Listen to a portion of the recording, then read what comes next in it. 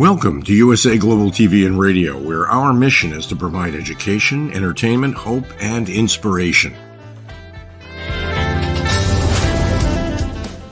USA Global TV and Radio connects you with experts and audiences all around the world every single day to help you succeed in business and to live a richer life.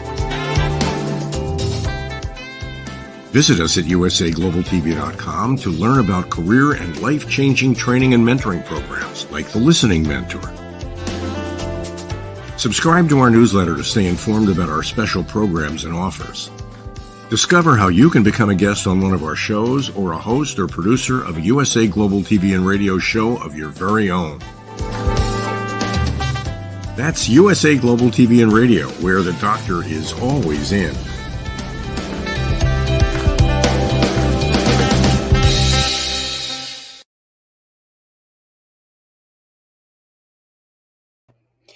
Good morning, good afternoon, good evening. Welcome home to USA Global TV and Radio, where we continuously provide world-class education, entertainment, hope, and inspiration.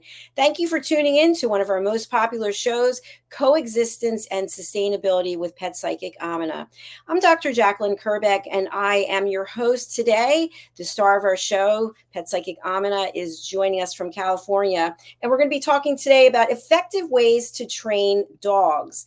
Pet Psychic Aminah is obviously a pet psychic, but she's also a trainer. She's also a keynote speaker. She's also an advocate for coexistence and sustainability, hence the title of the show. Let's welcome her without further ado. Hello, hello. Hello. Good to see you. Good to see you. You too.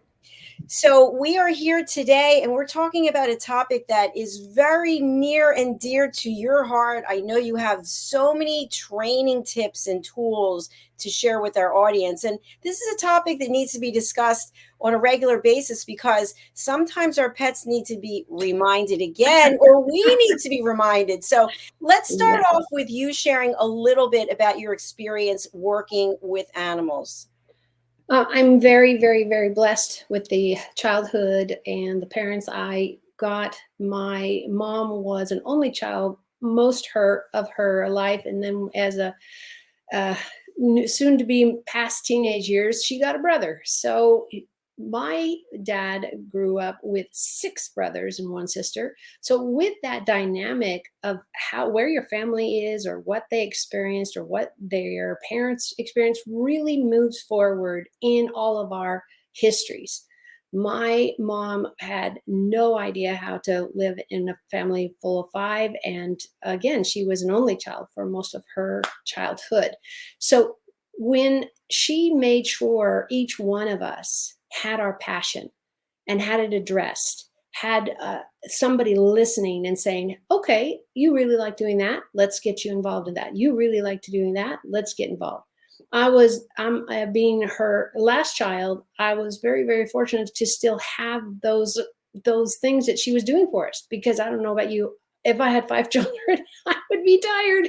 And a husband that works all the time, and he's a coach, and you were going to games and all types of things. So very, very fun living in that family.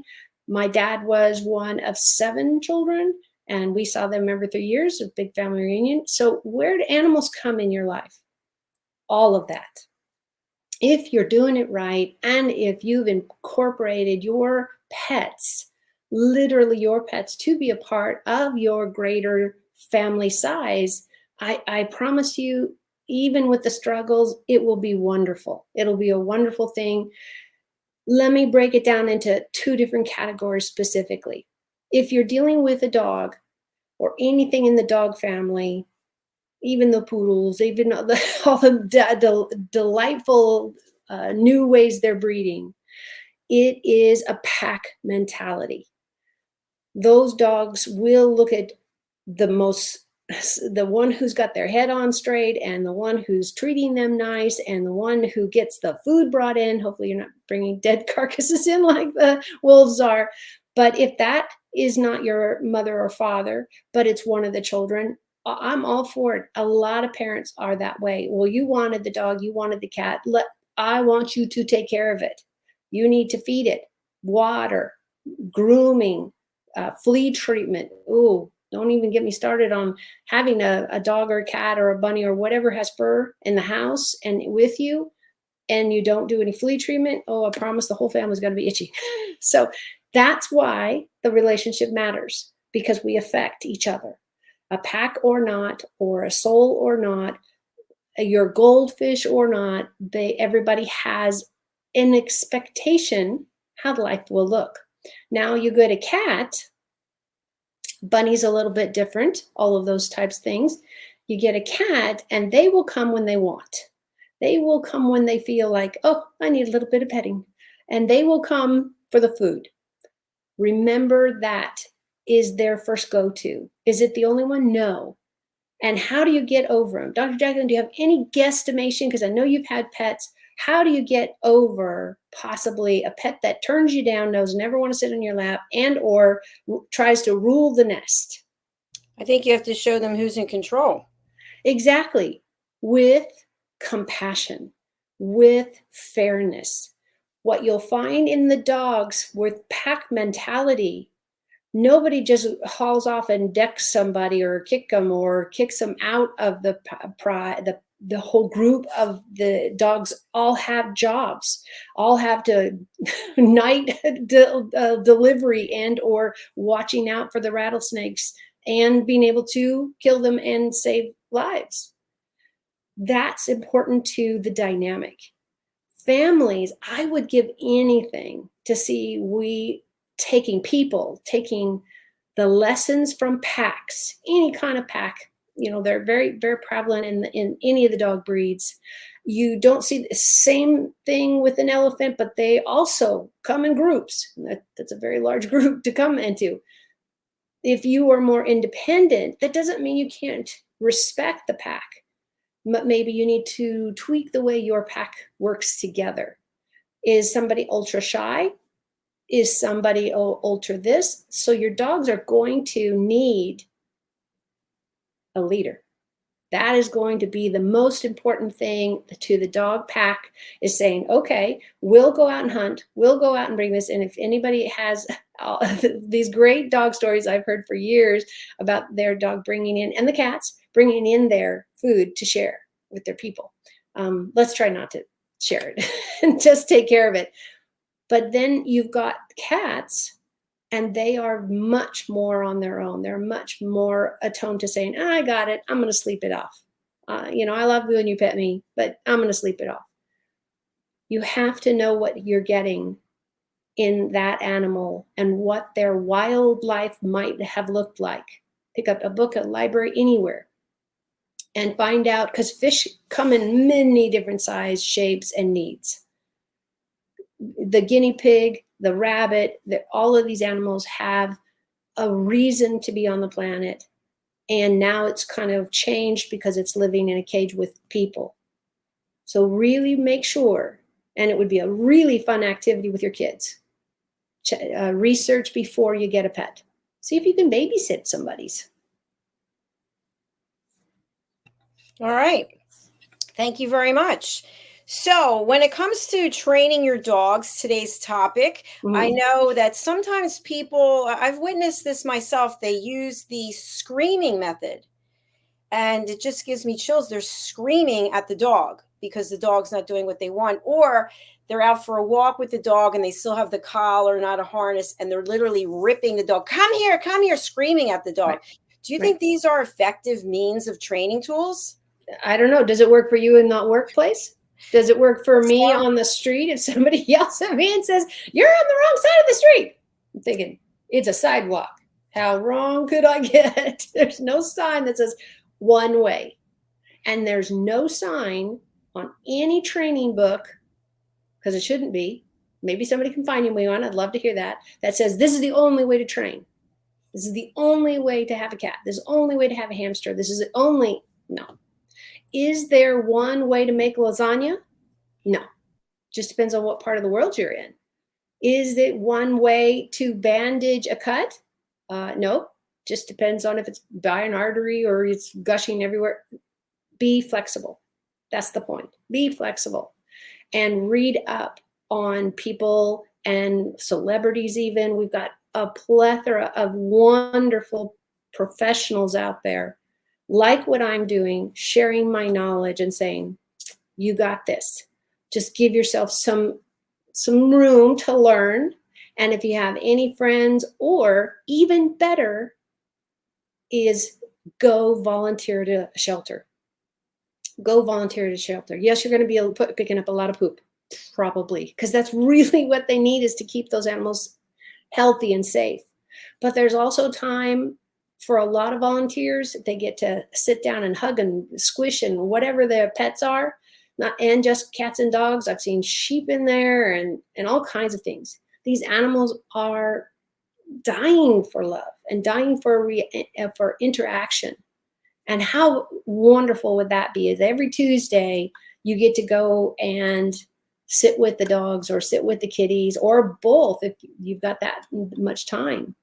There's summer programs, there's winter programs, just depending on where you are. Go to your city hall. Go talk to somebody at the city and say, this is what I'm looking for. Let's say you just moved into the town, and maybe you haven't made enough friends and you haven't found out, you don't have a church and or a group or a club yet to ask these questions. Talk to the city. They're supposed to know, and they have a plethora of great resources for wonderful, great dog clubs that you can just go and watch. A lot of times trainers who do groups will do it at a park. Well, guess what? A park is a public land. So you can sit there and watch, and guess how much you'll learn. It'll be really nice. And you'll walk away a better pet owner, because you got to see different ways of keeping animals safe, keeping them from running across the street, and how you should behave around them so that you don't have a bite unnecessarily, or you don't have some kind of cataclysmic explosion. Believe it or not, how you feed your pets, how you care for your pets, how clean is the backyard, is all going to matter in the entire relationship.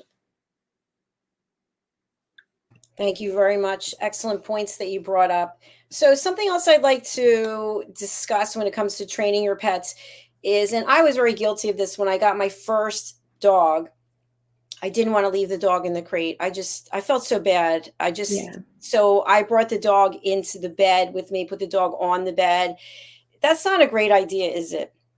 Well, just put your mind about this possible scenario, and if it really happened to you, we all get to laugh and enjoy your terrible experience.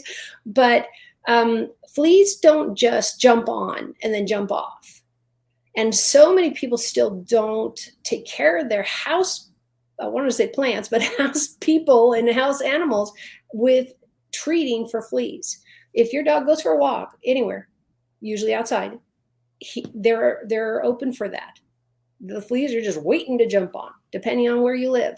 So if you're bringing an animal in and you haven't wiped their paws down, let's say they walked in the mud, your house is going to be a mess. It's also going to be a messy bugs and messy things. And pretty soon you go to the doctor, and I'd like to see you explain that.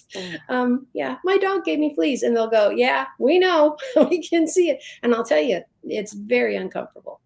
I mean, you probably have experienced mosquitoes. I have experienced tons of mosquitoes. All of this matters. Remember, having a good relationship with people does tie over to animals. Am I saying that you should treat animals like people? No.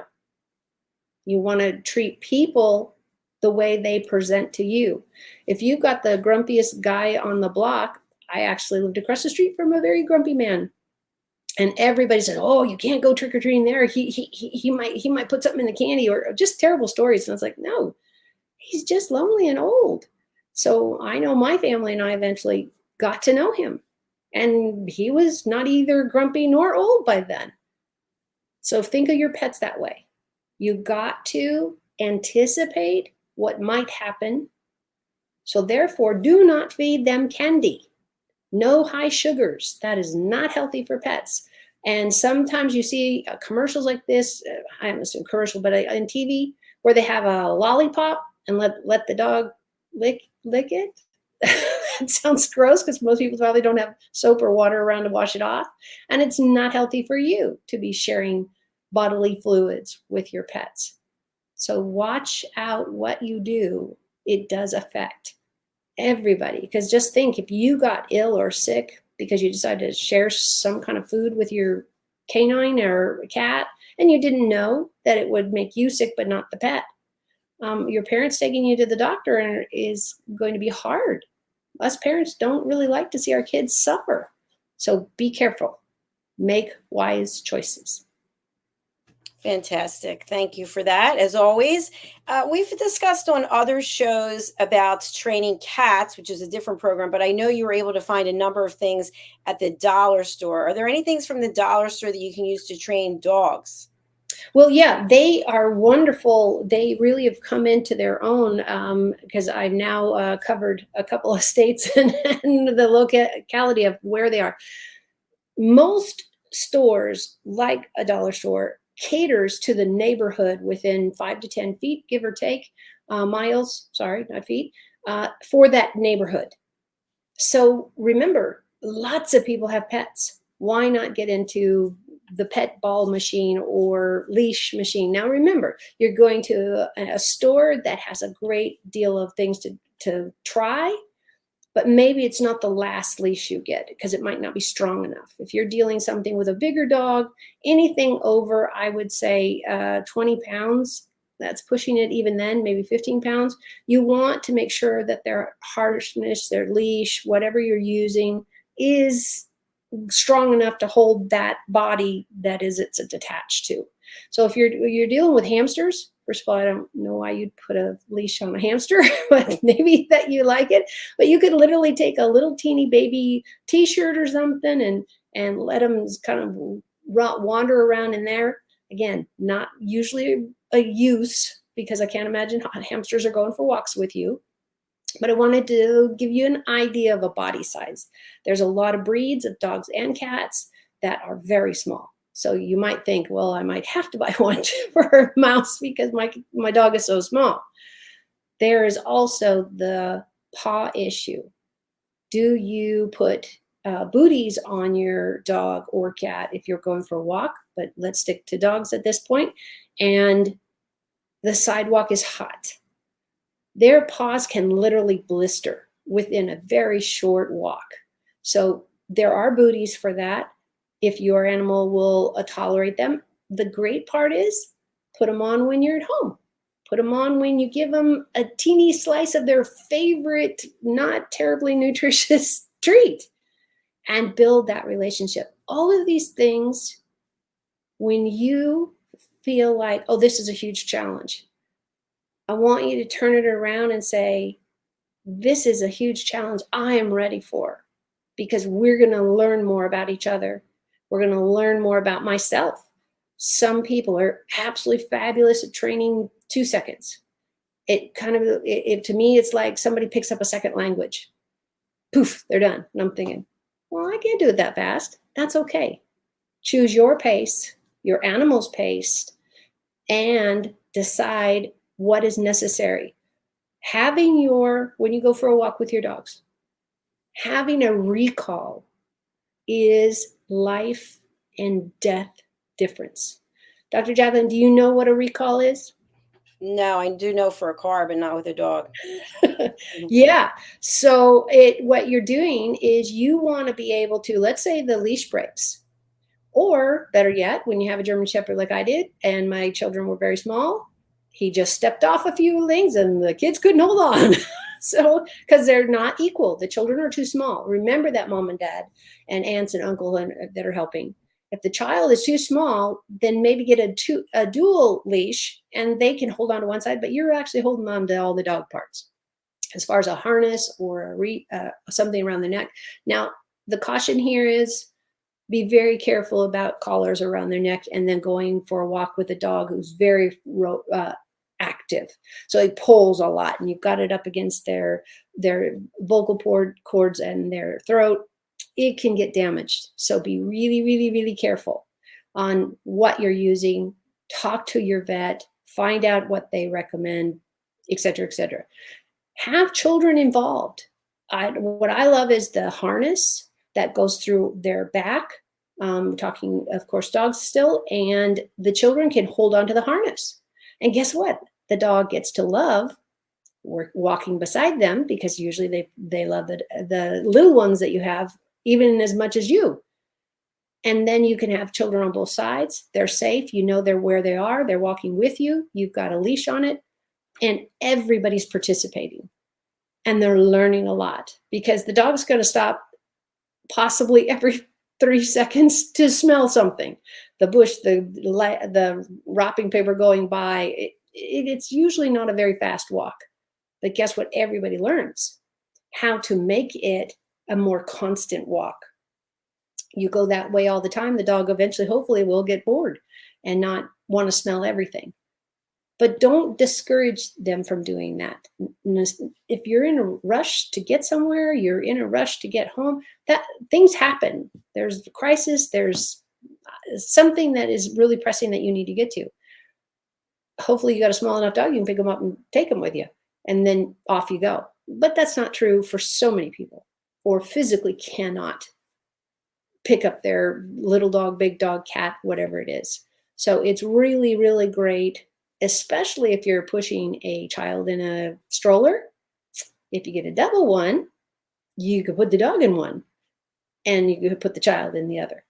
There are just a million types of creative ways that you can have your family and your friends with your pet. I know a lot of people who are afraid of different breeds, but that's another show. And just know, just like people, a lot determines on how we are treated. So remember, treat your pets with love, and that is a first big step of keeping love in their life and calmness. That was beautiful. Thank you very much for that. Exceptional. So we're actually over time for our show. We have an abbreviated show today because we started a little bit later. So Aminah, what would you like to share with people as we close out today? Maybe some last words for the week, and then also how people can reach you. Well, I'm going to do the really fast one. To reach me, if you want a reading, I deal with people all over the world. I don't need to have you in my presence, is bridgingworlds.us. That's where you find me, and send me an email that gets you into the conversation. The last thing I really want you guys, everybody, to realize is animals, nature, bugs, even mosquitoes, still waiting to hear why they're around too much, but they all have a plan. They all have a journey. Animals are not plotting it out. They're not building up cash for college, all of that. But we can show them a great deal of love, acceptance, and tolerance when they go potty in the house and they're not supposed to, and so much more. I get tested all the time. We have a brand new kitten in the house, and before we went live, she was running all over, chewing on everything. I'm thinking, how do I get on a live show and have this little kitten? Well, guess what? She went to sleep. So I need to participate with a toy because I needed her to lay down. I didn't even get a chance. She ran around so fast while I was doing other things. So remember and try to see what you have in your life, what their proclivities are, what are their wants and not wants, and where it fits in your life. Not every pet is for every person. And your shelters are great places to start. You can even volunteer there. You can check if your kids can volunteer there. It is a wonderful way if you're a first-time pet owner or pet person. Go and hang out with the shelter animals. They are desperately looking for those homes. And it's all set up for you. And they'll tell you everything about the health, well-being, the vaccines, all of that. And then you can come bring them home and find your first trainer, because we are all out there everywhere. Absolutely. Thank you so much. And I just want to let you know that the Ocean Guardian show that we did a few weeks ago is number 6 out of Oh, how exciting. all the shows for the last 28 days. So congratulations on that. Well, and thank you to you. Everybody knows she's the queen of getting us all here and getting us all decked up. So I really appreciate it. It's a wonderful place just to hang out with you and tell everybody all the stories where we can laugh together. Absolutely. I appreciate that. And I appreciate you. And I hope you have a great weekend. I want to say goodbye to everyone. Thanks for being here. By the way, we now do have shows on Saturdays and Sundays, so check those out as well. Our next show is coming up. It's Royal Breaking News from London. That's so wonderful. that. See y'all later. Bye, Aminah. Bye. Bye.